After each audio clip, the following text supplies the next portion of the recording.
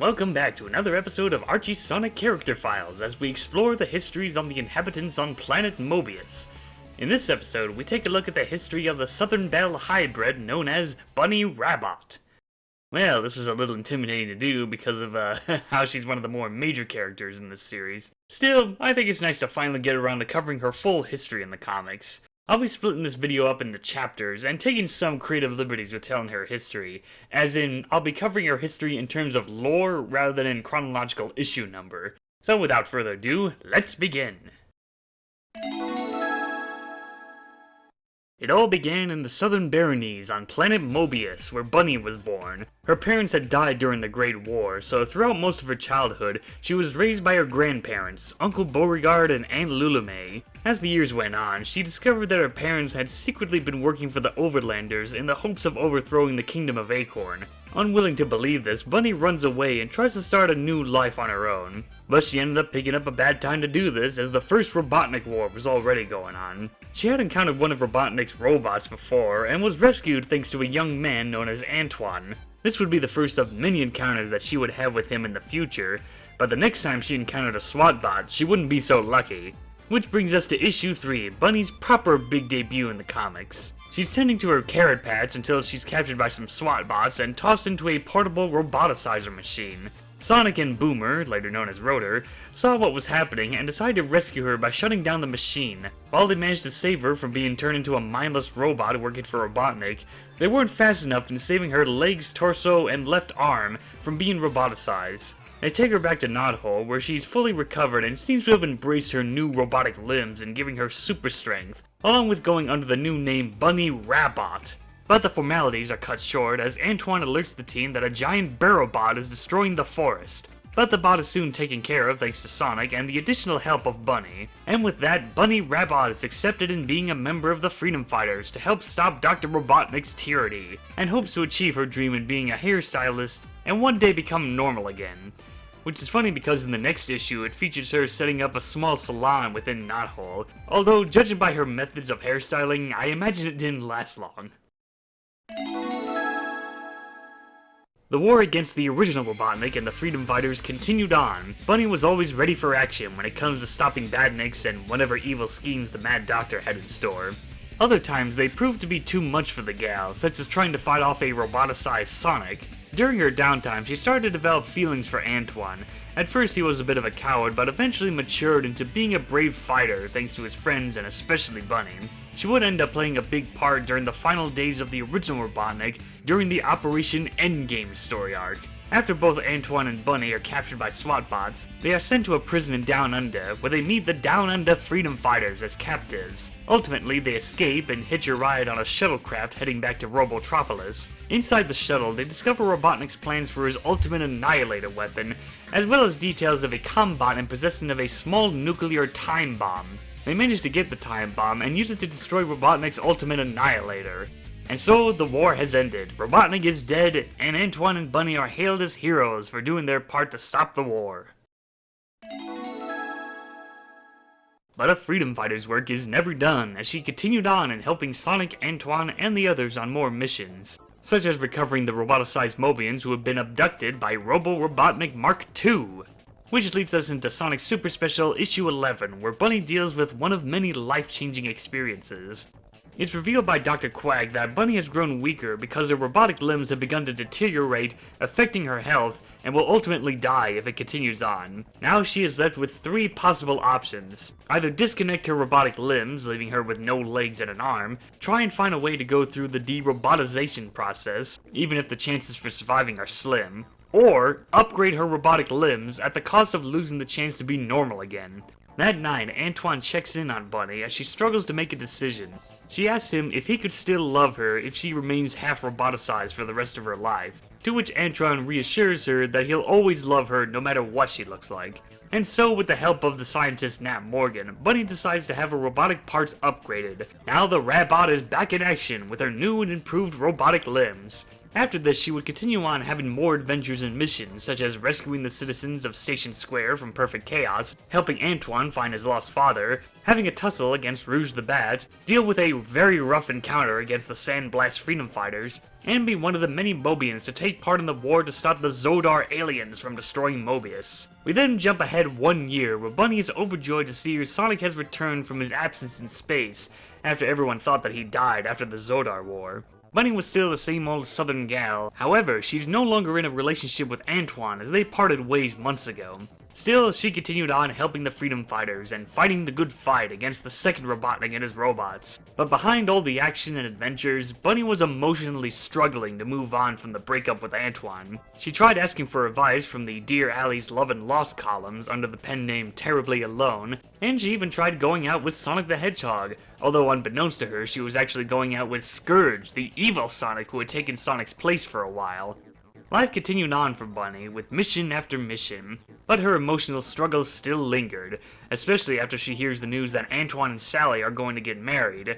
But it's soon revealed that the man who broke up with her was actually Patch, the evil Antoine from Scourge's dimension, who had taken over Antoine's place on Mobius. With the help of Sonic and a teleporter device, Bunnie was able to reunite with the real Antoine that she knows and loves. And whether it was dealing with Bean and Bar crashing Sonic's birthday, or going up against Mammoth Moogle and the Destructix, Bunnie knew that she would be fighting alongside the man she loved. And outside of the battle, she was always there to comfort Antoine, who was dealing with his own personal struggles, such as dealing with the damage that Patch left behind, and saying goodbye to his dying father. Now that they've had a lot of time to catch up, will their love continue to blossom, or will history end up repeating itself? As the sun setted over the horizon, Bunnie is now dealing with another life-changing experience. Antoine has decided to propose Bunnie's hand in marriage, in which she happily agrees to, and so the two are happily married. But their honeymoon will have to be put on hold as they end up being one of the many Mobians to be captured and sent to the Egg Grapes during Robotnik's victory of destroying Knothole. But thanks to Sonic and his small team, they were able to escape and get teleported to their new home at New Mobotropolis. And Bunnie even gets to revisit her lifelong dream of being a hairdresser by helping Sally trim her long hair back to being short again. Anyway, she helps out in destroying Robotnik's egg beater as payback for stalling their honeymoon plans. After this, she was involved in a few more battles, such as fighting Scourge and his team from trying to take control of Freedom HQ, and take part in the full-on frontal assault against the Egg Dome. After the defeat of the second Robotnik, the Iron Domain would come by to stir up some trouble, especially when the Iron Queen took control of Bunnie's robotic parts to make them do her bidding, thanks to her Techno-Mage ability. Poor gal never stood a chance. Luckily, Monkey Kong was able to free Bunnie from her control and was taken to Freedom HQ to recover, but knowing Bunnie, it didn't take long for her to spring back into action to fight alongside her friends once again, at least while the Iron Queen was occupied with other things. Once the Iron Domain was defeated, Antoine and Bunnie felt like it was long overdue for some R&R, so Tails offers to take them to Coco Island to finally have time to go on their honeymoon. But once again, plans are put on hold now that they have to deal with being captured by the Battlebird Armada. She is taken to meet their leader, Battle Cuckoo the 15th, as they believe she is a member of the Dark Egg Legion because of her robotic limbs. Bunnie decides to go along with it and pretend like she's a member of the Legion, until her cover is eventually blown. In the end, she teams up with Antoine and Tails to take down the Armada and finally have their honeymoon in peace and quiet. After the vacation, Bunnie was soon back in action again, this time teaming up with Sonic to help out with the Sandblast Freedom Fighters. However, their electrical force field causes Bunnie to fly off course, and she soon finds herself in a Dark Egg Legion camp. There, she is reunited with her Uncle Beauregard, now going under the name The Baron, but the reunion is bittersweet knowing that he now works for Dr. Robotnik. She is taken a tour of the campground, as the Baron explains to her that after they were all de-roboticized, the Sandblasters still treated them terribly, and with no other options, they turned to Robotnik for safety. This causes quite the conflict between the two freedom fighters over an oil refinery that the Dark Egg Legion was maintaining. Sonic wants to destroy it to help the Sandblast team, while Bunnie refuses as she doesn't want her uncle to face Robotnik's wrath of failing. After fighting over their different views, they decide to just destroy the oil refinery, and she reassures her uncle that all of the blame to the Legion will be moved over to Bunnie and Sonic. And with that, Bunnie has to tearfully say goodbye to her uncle. Things only went from bad to worse when Bunnie had to deal with fighting Jeffrey St. John, who had turned traitor in helping Naugus become the new king of New Mobotropolis, along with being caught up in the first Genesis wave created by Robotnik. Now she seems to have found herself in an alternate universe where she's a normal rabbit trapped in a capsule and hoping that her cousin Cream the Rabbit is safe. All of this became nothing more than a faded memory once Super Sonic restored Mobius back to how it was. It looks like things were back to normal, but as they say, nothing lasts forever. With reality back to normal, Robotnik sends out Titan Metal Sonic to attack the city. Bunnie Rabbot is sent into action to stop the metallic monster, while Naugus also tries to stop it as well. He destroys the machine with a blast of his crystal magic, but unfortunately Bunnie was caught up in the blast, leaving almost her entire body encased in crystals.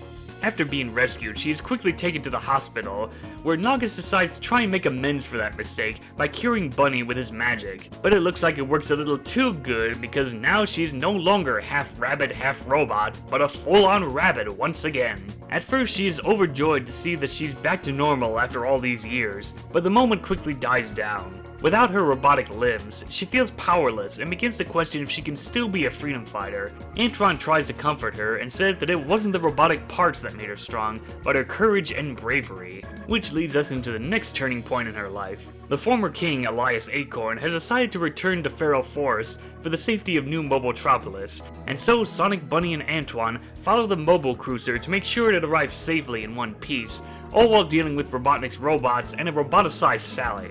As she struggles to adjust to her new fighting tactics, tragedy would strike for Bunnie yet again. During the battle, Metal Sonic self-destructed, leaving Antoine severely damaged, leaving Bunnie breaking down in tears, fearing that she had lost her husband. At the hospital, Antoine is slowly recovering, but is now in a coma, and poor Bunnie blames herself for letting this happen, and doesn't want to lose him permanently. Before leaving, she apologizes to him of what she's about to do by taking drastic measures to leave the Freedom Fighters and find her uncle, vowing that she will set things right. So yeah, she returns to her Uncle Beauregard at the Dark 8 Legion camp.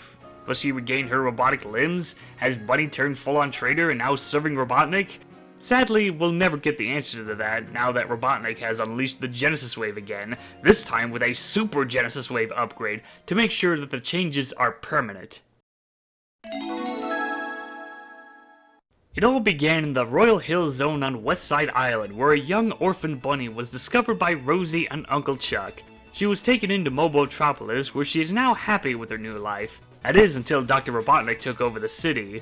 During the destruction of Mobotropolis, Bunnie was caught up in an explosion and ended up badly damaged.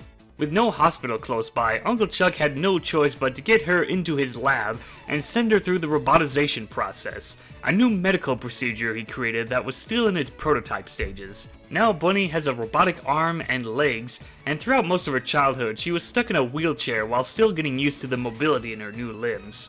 Fortunately, she had friends like Sally and Antoine to cheer her up and treat her like any other person, and once she had fully recovered, she joined the Freedom Fighters in the battle against Dr. Robotnik. As the years went on, she was upgraded with new robotic limbs, started to have a more personal relationship with Antoine, and eventually the two of them got married. She then went on an undercover mission at one of Robotnik's bases for quite some time, until she was rescued by Sonic and Tails and taken back to their flying fortress known as the Sky Patrol to deal with the more pressing matters. The planet has been shattered and they're gonna need all the help they can get to fix it. She definitely had her hands full of missions, such as helping the folks at Station Square get to safety, rescue Uncle Chuck and Professor Pickle, who had been captured by Robotnik's robots, rescue some newlyweds in Somerica, and fail at getting a Chaos Emerald after being attacked by some of Robotnik's E-Series robots.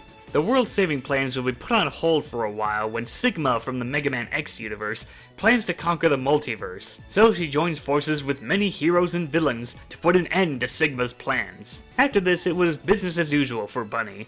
She helped out with the Wolf Pack from being attacked by Robotnik's army, fight over a Chaos Emerald with Cassia, a member of Robotnik's Egg Army, and even helps one of the Guardians of the Gaia Keys named Tenchi. He's dealing with the pain of losing his house that he had had for years, but Bunnie helps remind him that he still has his family. And as thanks, he gives her and Tails one of the Gaia Keys to help them out on their quest to restore the planet. But time was running out now that Robotnik has managed to summon the Gaia Colossus to serve him. And later on, Dark Gaia is unleashed. Bunnie did her best to fight off Robotnik's army, and cheered on for Super Sonic and Chip to stop Dark Gaia. In the end, Dark Gaia was defeated, the planet was restored, and now all that was left was to be with her fellow freedom fighters to watch the sun rise to a new day. And that concludes the history of Bunnie Rabbot, and oh boy, was it a long one.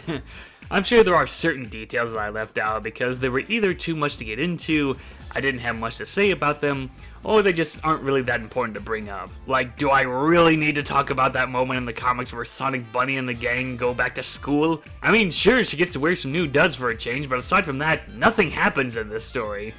At least for Bunny, anyway. I suppose I should mention that she was planned to be featured in Sonic Universe issue 96, where she would team up with Blaze the Cat to go up against a new evil threat, but sadly that story ended up getting cancelled. Anyway, I like Bunnie Rabbot. She's one of my favorite members of the Knothole Freedom Fighters, as she's brave and caring, whether it's helping out on missions or chilling out with Sally and helping her out with her relationship troubles. The comics help flesh her character a lot, more than what Sonic SatAM did. I mean, she's fine in the show, she's always there to help out on missions and whatnot, but we never got a chance to see her get the main focus in an episode. The closest that I can think of is that one episode where she's temporarily de-roboticized. Of course, unlike the show, the comics provide an explanation on how she ended up being half roboticized, and in 2 different origin stories no less. It is interesting that despite being introduced very early in the comics run, it took a while for her to be a more established character. Most of the time the stories in the very early days still focused on Sonic, Tails, Sally, Rotor, and Antoine, and sometimes Bunny. But eventually she would become a mainstay and had a lot of fun with her powers, being able to fly with jet-powered feet, super strength, creating force fields, extending her arms and legs, a blaster cannon, and a few other abilities. One of my favorite moments will probably have to be when she's dealing with getting new robotic parts at the cost of never being normal again. It's very sad, but it does end with an upbeat ending. She maintained her old classic look for a long time until they decided to update her design after the Zodar War, where she now sports a cowboy hat and jacket, which is cool. And having 2 different hairstyles. Sometimes she had long hair, while other times it was braided in a ponytail. I think her weakest moment is the whole breakup with Antoine, later revealed to be Patch, mostly because we really don't see the moment happen. It's only mentioned in text and then they just run with it. And seeing her cope with the loss by going out with Scourge, yeah, not the best moment for her. But yeah, around issue 144 is where we really see her more emotional side. So if you ever seen people complain about how Archie Sonic was nothing more than a soap opera drama, then they're probably referring to this issue as an example. Fortunately, Bunny was able to recover after the real Antoine came back, and we get back to seeing her more caring side again. Kind of funny how in Sonic SatAM, these characters really didn't have much chemistry, but the comics were a whole other different story. Maybe I'll go more in-depth on that relationship whenever I get around to covering Antoine's history. As for the Flynn-era writing, one of my favorite moments with her was during the Tales Adventure adaptation, and the 2-part Thicker Than Water story. Lots of great moments with her and Antoine, and trying to pretend that she's a member of the Dark Egg Legion. And the drama between her and her uncle I feel like was better handled. Not too dramatic like how it was with the supposed breakup with Antoine. Although we didn't see her during the Sonic Genesis story arc, they did provide additional text entries on what happened to some of the other characters. And Bunnie Rabbot's entry is probably the only interesting one because she mentions that Cream the Rabbit is actually her cousin. But this only exists in this altered Genesis universe. In both the old and new canons, they have no relation. Still, I think it's an interesting idea. Now, the big one, Bunny being returned to normal thanks to Naugus. This definitely caused quite a bit of drama with the fanbase. Well, first of all, making her a full-on rabbit again was completely unintentional on Naugus's part. And second, I feel like it was an interesting direction they were going with. Bunny's happy being back to normal, but quickly realizes that she no longer has all the powers when she was half roboticized. The downside to that is that we never get a proper closure on the whole deal of leaving the Freedom Fighters and going off to find her uncle for help. We do see a silhouette of her on one of the stories, but that's it. Now, of course, the idea is that she get legionized to get her robotic parts back and all that, but what then? I feel like they could have done what they did with Bill Platypus, being part of the Legion but secretly being a double agent to assist their fellow freedom fighters. As for the new continuity, it was nice to see a new take on Bunny's origins of getting the robotic limbs. Heck, I would say that this is more emotional than what the original backstory was like. After joining the team, the rest of her origin is almost identical to how it was in the old canon. But yeah, not much to say about her new canon counterpart. She's still the same old Bunny, still the powered up half robot, and still the same caring member of the team. One of my favorite highlights with her is the whole battle against Cassia, as well as helping Tenji with his personal problems. The only difference I can think of between the two versions is that in the new canon, Tails treats Bunny like an older sister, and that's kinda cute. And then of course there's the design change. Yeah, the new canon designs that people love to trash on. I think it's fine. It's just a more simplified look to the character. Not quite as drastic as some people would like to make it out to be. I'm fine with all of the different designs for Bunnie Rabbot, but if I had to pick a specific favorite, then it's the cowboy hat and jacket look from the old canon. She just looks cool in that outfit. Well, that takes care of this very lengthy character file. Next time I'll focus on someone a little smaller. That's what I have in mind for this series right now. Do a couple of characters that don't have a lot of history, then focus on some of the more major ones, and then back to smaller ones again, and so on and so on. So yeah, plenty of other characters to choose from. Maybe it'll be Sonic's parents next, or Heavy and Bomb, or maybe Knack's sister, or perhaps Rosie can finally have her own episode. It's kind of weird, I mentioned a lot of females here. But anyway, there's a lot to choose from with characters from Archie Sonic, so until then, I got a juice!